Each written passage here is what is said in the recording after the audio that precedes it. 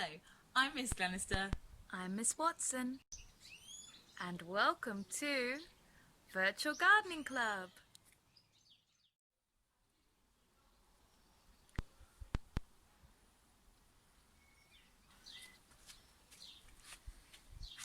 Now I think it's you who's not ready for Virtual Gardening Club today, Miss Glenister. Oh, I am ready, Miss Watson. I'm just so excited I couldn't wait. Next week is National Insect Week, and did you know it only happens every 2 years? Wow, I didn't know that, Miss Glenister. But that still doesn't explain why you're crawling around on the ground with a magnifying glass.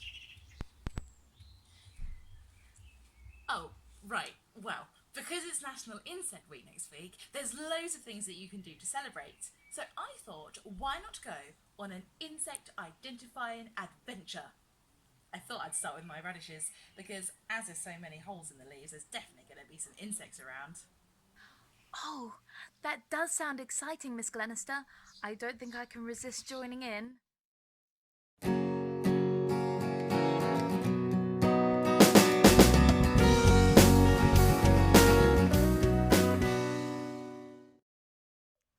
Often when we think of insects in the garden, we think of pests, like these black flies that are here on my tomato plants, or the aphids that I discovered on my salad leaves the other day.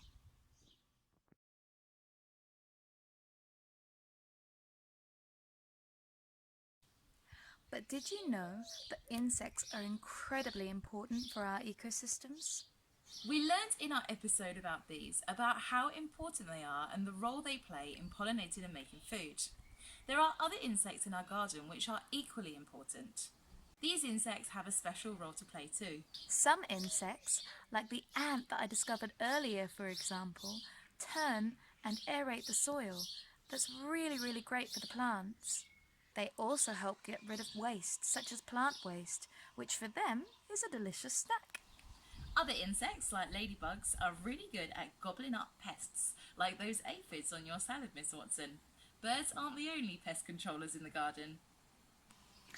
I'd better see if I can get some ladybugs to help me with my aphids then, Miss Glenister. Good luck, Miss Watson. I'm sure they won't object, especially if there's food involved. Speaking of food, many animals would die without insects because they are an important source of food for them.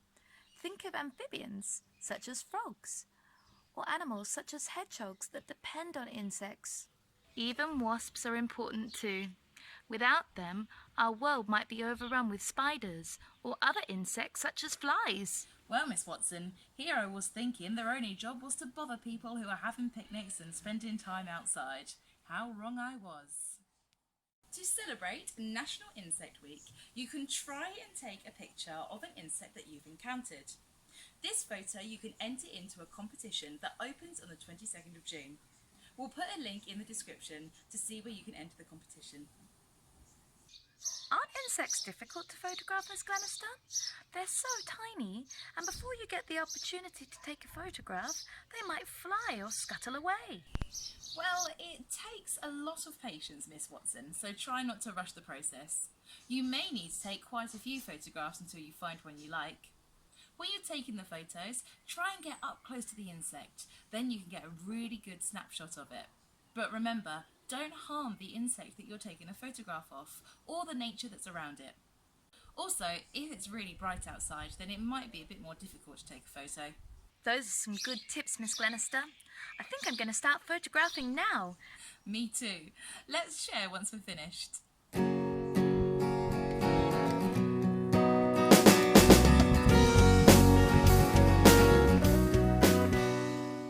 So here's my best photo that I could take, Miss Glenister.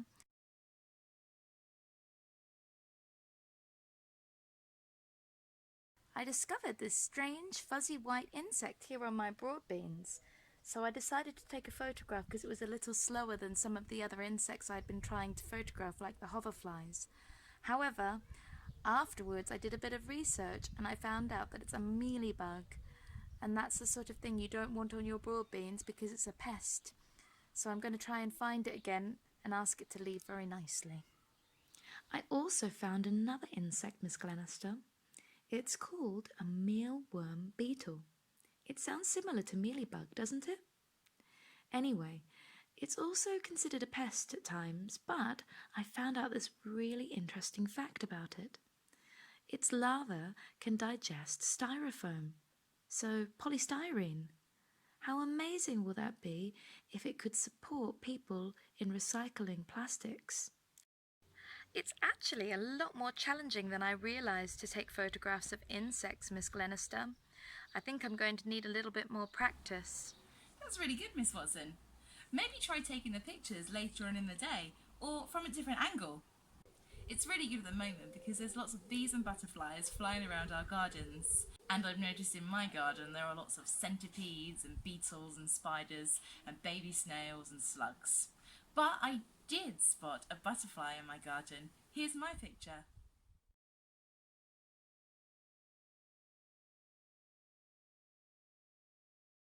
I hope the children at home enjoy this activity.